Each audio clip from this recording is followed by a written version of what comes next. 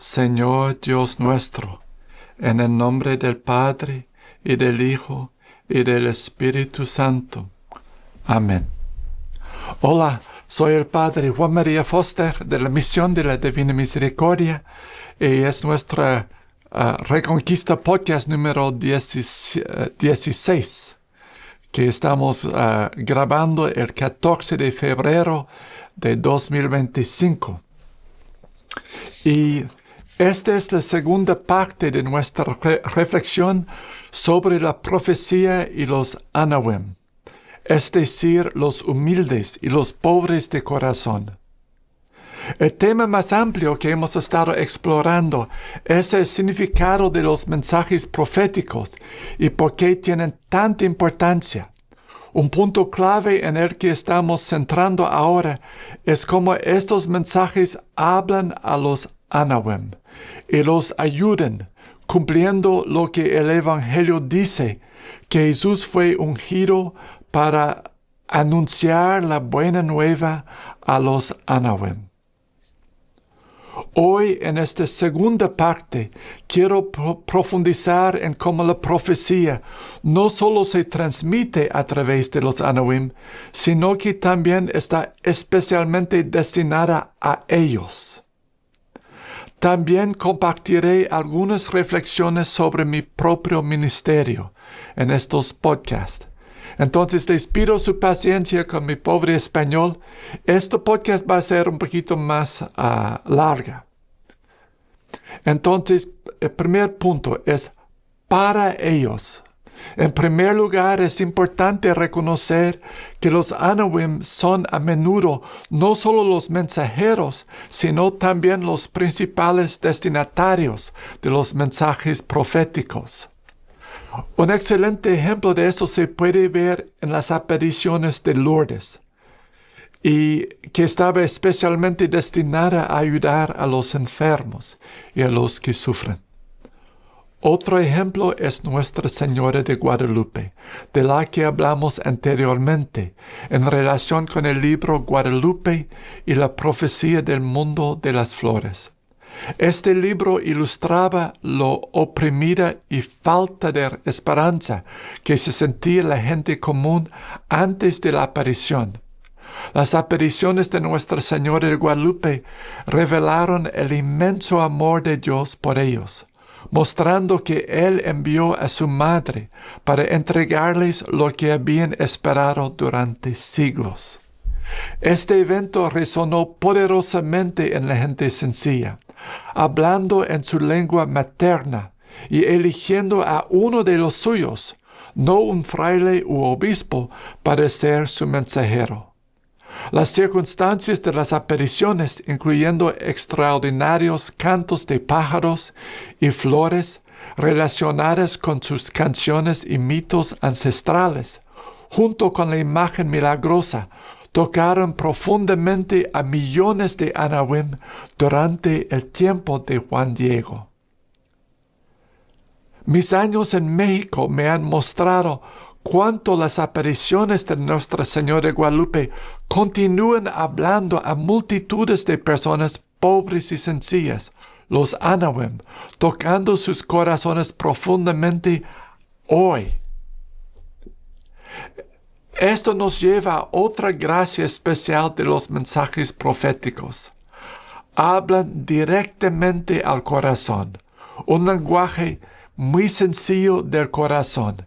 El corazón en el profundo sentido bíblico, no solo como emociones pasajeras, sino lo más profundo de la persona, su capacidad de amar. Y habla de una manera que los Anawim pueden entender.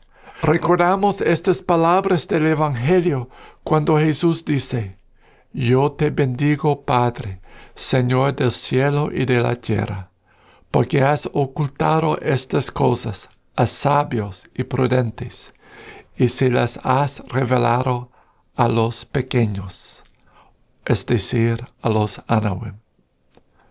Los evangelios, especialmente el Evangelio de San Juan, muestran este lenguaje del corazón, un lenguaje profundo de amor y unión entre las personas. Un ejemplo notable es el discurso de Jesús durante la última cena, como cuando dice: como el Padre me amó, yo también os he amado a vosotros. Permaneced en mi amor. Este lenguaje profundo expresa el inmenso amor de Dios por nosotros. Es un lenguaje que habla directamente a nuestros corazones, sencillo pero poderoso, y no está cargado con un lenguaje seco y abstracto o conceptos complicados. A veces es más por medio de gestos y lenguaje corporal. Por ejemplo, en la Salette, donde nuestra Santísima Madre se apareció a 2 niños en Francia. Ella estaba sentada en una roca, con la cabeza entre las manos, llorando. Un simple gesto que habló mucho a los corazones sencillos. Apariciones como las de Fátima, o revelaciones como las del Sagrado Corazón a Santa Margarita María o de la Divina Misericordia llevan esta unción que resuena en los corazones sencillos. Entender los sacramentos a través de complicados tratados litúrgicos difiere enormemente de escuchar al mismo Jesús decirle a Santa Faustina: yo mismo te espero en el confesionario, solo que estoy oculto en el sacerdote. O sea, este mensaje tan sencillo, pero que impacta mucho a Jesús diciéndonos que Él mismo nos está esperando en este sacramento. Estos mensajes personales hacen que los sacramentos sean experiencias profundamente personales. De manera similar, cuando Él habla a ella de su dolor debido a la manera como muchos lo reciben a Él en la Sagrada Comunión. Así también cuando Él dijo a Santa Margarita María, hablando del Sagrado Corazón: he aquí el corazón que tanto ha amado a los hombres, y en cambio de la mayor parte de los hombres no recibe nada más que ingratitud, irreverencia y desprecio en este sacramento de amor. Aún en este mensaje severo se percibe que es severo porque es precisamente un mensaje de amor. Este lenguaje habla directamente a nuestro corazón de una manera que incluso un niño puede apreciar, y muchas veces más que los adultos. Otra gracia de estos mensajes proféticos para los Anawim es que manifiestan la presencia de Dios y su amor por los Anawim.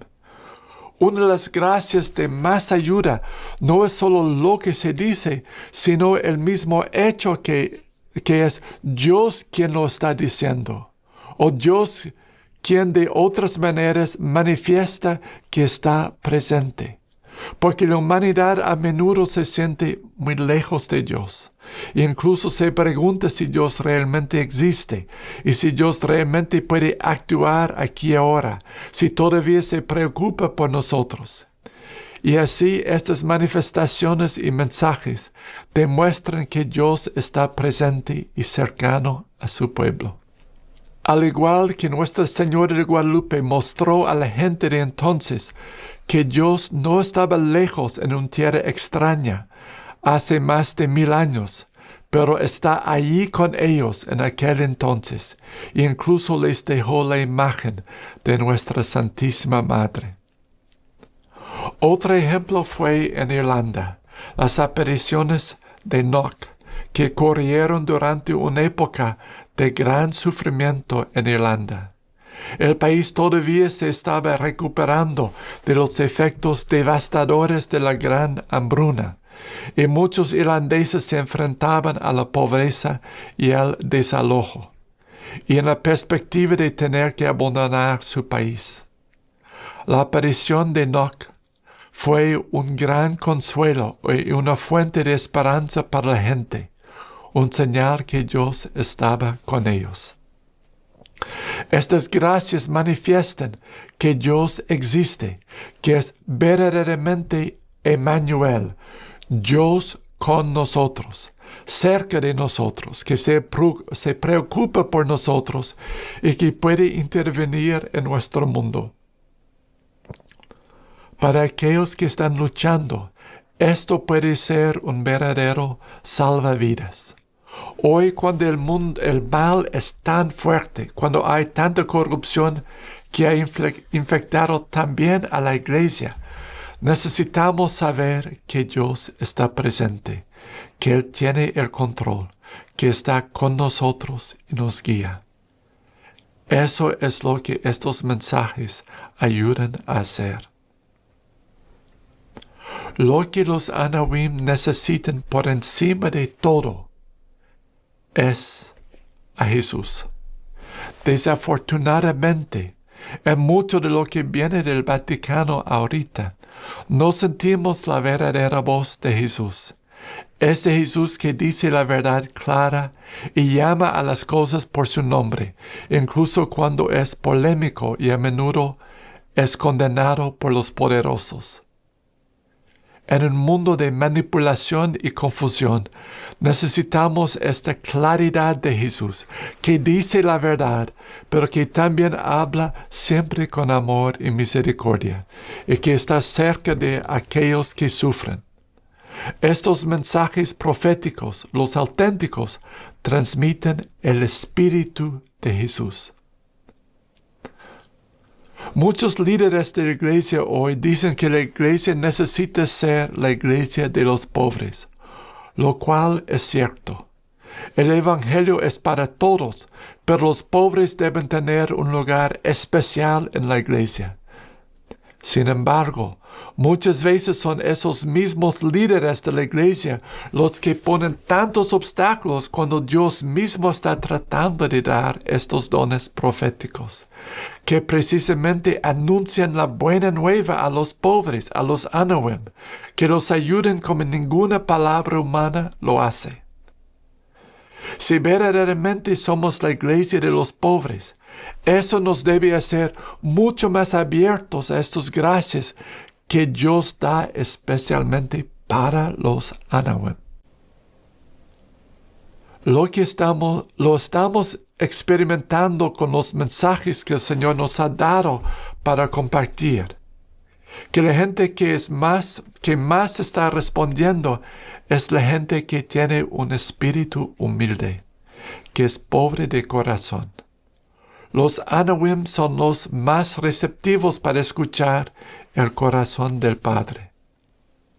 No son necesariamente los que tienen más estudios, sino los que tienen corazones sencillos, humildes y en sintonía con el Espíritu Santo. Ahora quiero hablar un poco sobre cómo esto se aplica a mi propio ministerio. Porque estos podcasts queremos que estén en el espíritu de los Anawim. Y entonces, en primer lugar, creo que es útil dar un paso atrás y mirar a Jesús y su relación con la cultura intelectual de su sociedad, la sociedad de los judíos de aquel entonces. Era una cultura que valoraba mucho los estudios, especialmente los estudios de las Sagradas Escrituras, las tradiciones y las leyes. Y habría parecido que Jesús debería haber entrado en estas escuelas rabínicas para que fuera más conocido y respetado, y tuviera una red de contactos en esta área. Pero eso no fue lo que hizo. No eligió a ninguno de sus apóstoles originales de entre ellos, aunque podría haberlo hecho fácilmente. Y tenemos un ejemplo de uno que más tarde se convirtió en apóstol, y que sí era precisamente de esta cultura intelectual, Saulo de Tarso, que se convertiría en San Pablo. Pero antes de su conversión, parece que ya era una persona de buena voluntad. Es decir, pensaba que estaba haciendo lo correcto. No era un hipócrita. Y era muy inteligente. y estudiaba cosas buenas, cosas santas, estudiaba las escrituras y la tradición sagrada. Y tenía el rabino más renombrado de su tiempo, Gamaliel. Y sin embargo, con todo eso, se equivocó, no en un detalle menor, sino en el punto crucial, es decir, la venida del Mesías. En esto se equivoca completamente. Y este Mesías era el Dios mismo que Saulo pensaba servir. Y entonces Saulo tiene que ser derribado al suelo y cegado para revelar su propia ceguera interior de que ha estado persiguiendo al Mesías, el mismo Hijo de Dios. Así que lo repito, él que debía ser el experto se equivocó en lo más importante, lo crucial. Y esto no estaba sucediendo al comienzo del ministerio de Jesús, cuando aún era un desconocido. Esto fue varios años después de su muerte y resurrección y Pentecostés. Y había muchos testigos oculares que todavía estaban vivos. Y Saulo estaba ahora en Jerusalén, por lo que tenía acceso a estos testigos. Así que no le faltaba información. Y con todo esto se equivocó. Y no es que era demasiado difícil reconocer a Jesús como el Mesías, el Hijo de Dios, porque miles de personas ya lo habían hecho. Muchos de ellos eran personas muy sencillas, sin muchos estudios, incluso muchos paganos. ¿Por qué él se equivocó? Él que se creía el experto. ¿Sería que era un hombre joven, orgulloso y muy confiado en su conocimiento? Y que él y los que vinieron antes de él, incluso los de buena voluntad, y por desgracia habían sido distorsionados en su entendimiento humano. Así que no eran capaces de percibir los misterios divinos, no eran capaces de percibir mucho de lo que Dios decía. Así que su mismo saber, a causa de su orgullo, se había convertido en un obstáculo. Él mismo dirá más tarde, todo lo que yo tenía, lo considero ahora como basura para poder conocer a Cristo Jesús, mi Señor. Así que sus estudios de antes no lo habían ayudado a conocer a Jesús.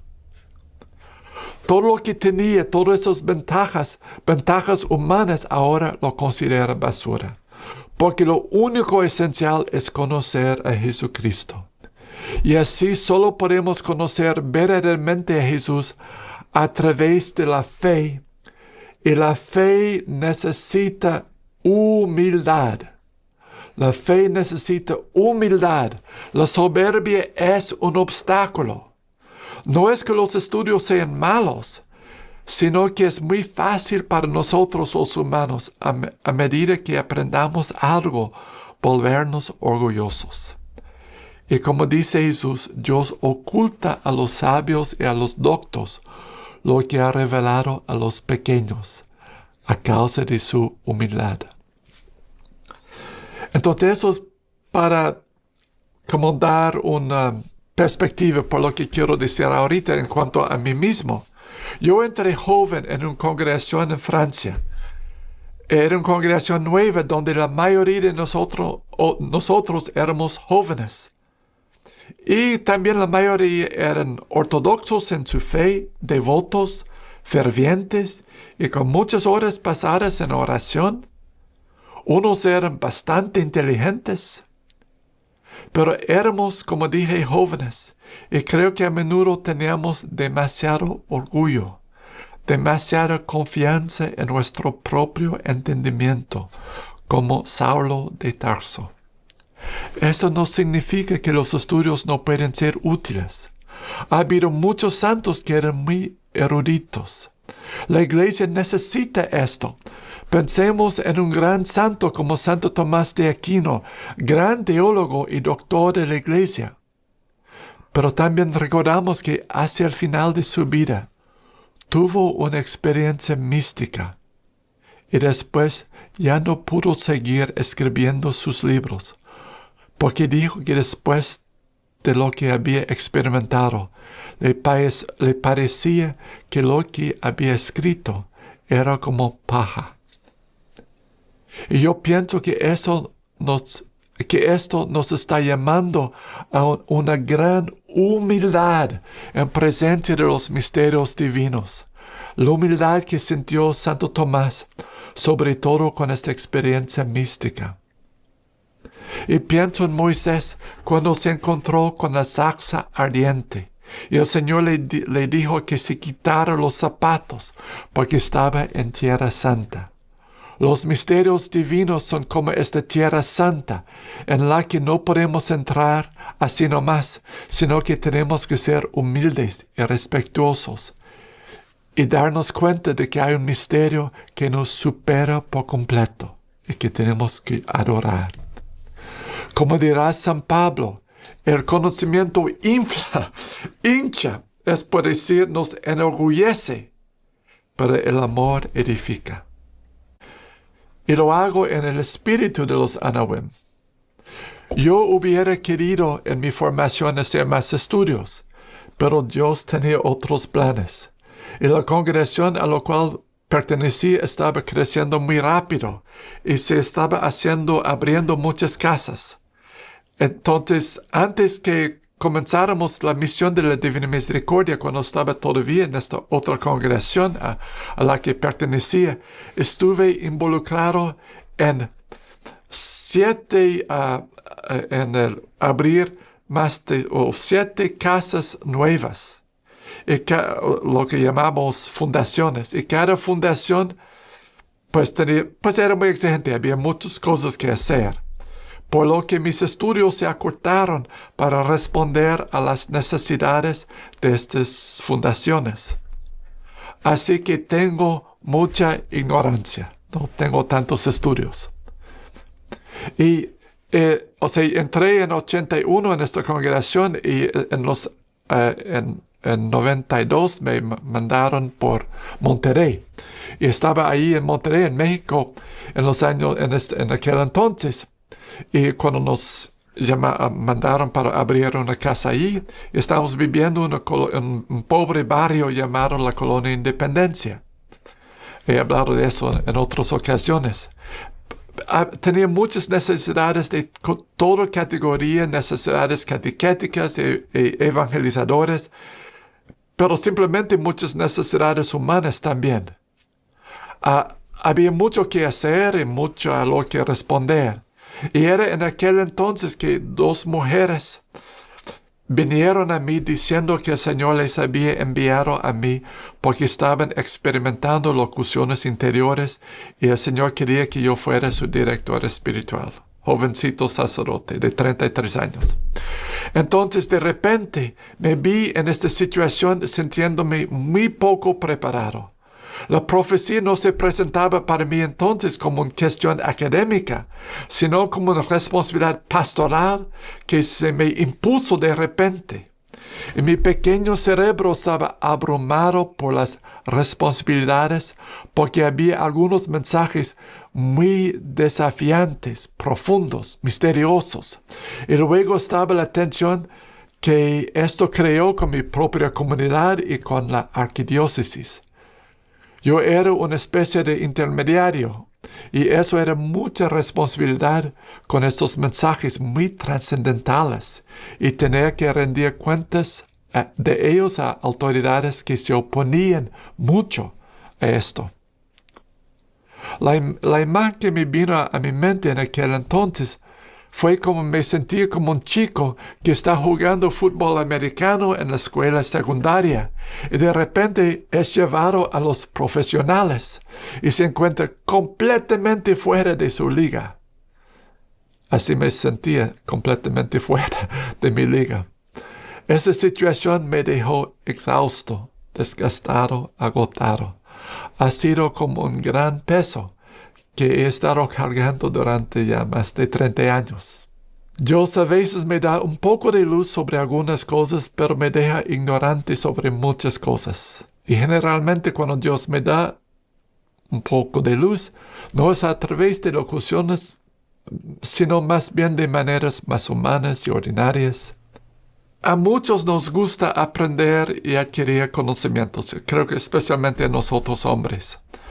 Pero siento que más que acumular conocimiento, siento que Dios al contrario me está despojando, me está vaciando. La Escritura habla de que Jesús se vació de sí mismo. Y a menudo siento que eso es lo que el Señor está haciendo conmigo, vaciándome. Cuanto más nos encontramos con los misterios divinos, lo más que nos sentimos como Santo Tomás, que Dios nos está vaciando. Entonces, lo que estoy tratando de hacer aquí, hablando sobre la profecía, no lo hago porque me siento calificado, al contrario, no me siento calificado. No soy teólogo, no soy un erudito en las escrituras. No lo estoy haciendo porque me sienta calificado, sino lo estoy haciendo porque creo que Dios me está pidiendo. Francamente me siento intimidado de hacer esto, pero lo hago porque siento que Dios me lo pide. Y me ayuda a recordar el ejemplo de San Pedro. Se dice que el evento central en el libro de los Hechos de los Apóstoles es el Concilio de Jerusalén, porque estaba la gran pregunta de qué hacer con los gentiles que quieren unirse a la iglesia.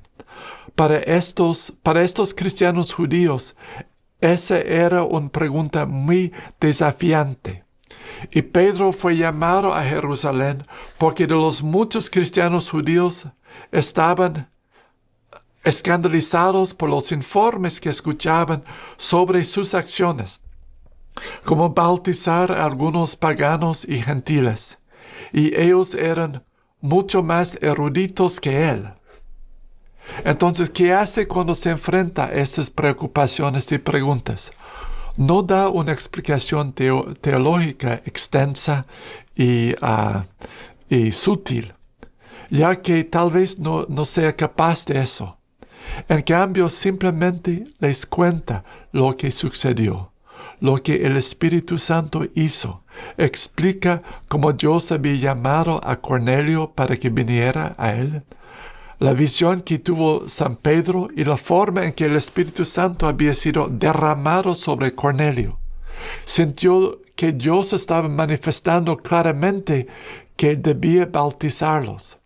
Por lo tanto, nuevamente, no está dando un razonamiento complicado, simplemente está expresando su respuesta y fe en lo que Dios mismo le ha ordenado que haga.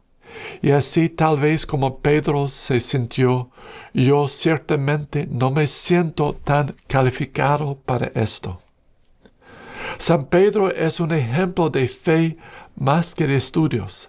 Él que es el primero vicario de Cristo, la roca sobre la que Jesús edifica su iglesia, no tiene muchos estudios, pero es elegido para ser roca de fe.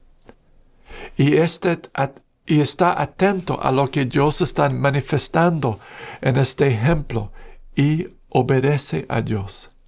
Así que es un buen ejemplo de fe sencilla de los apóstoles.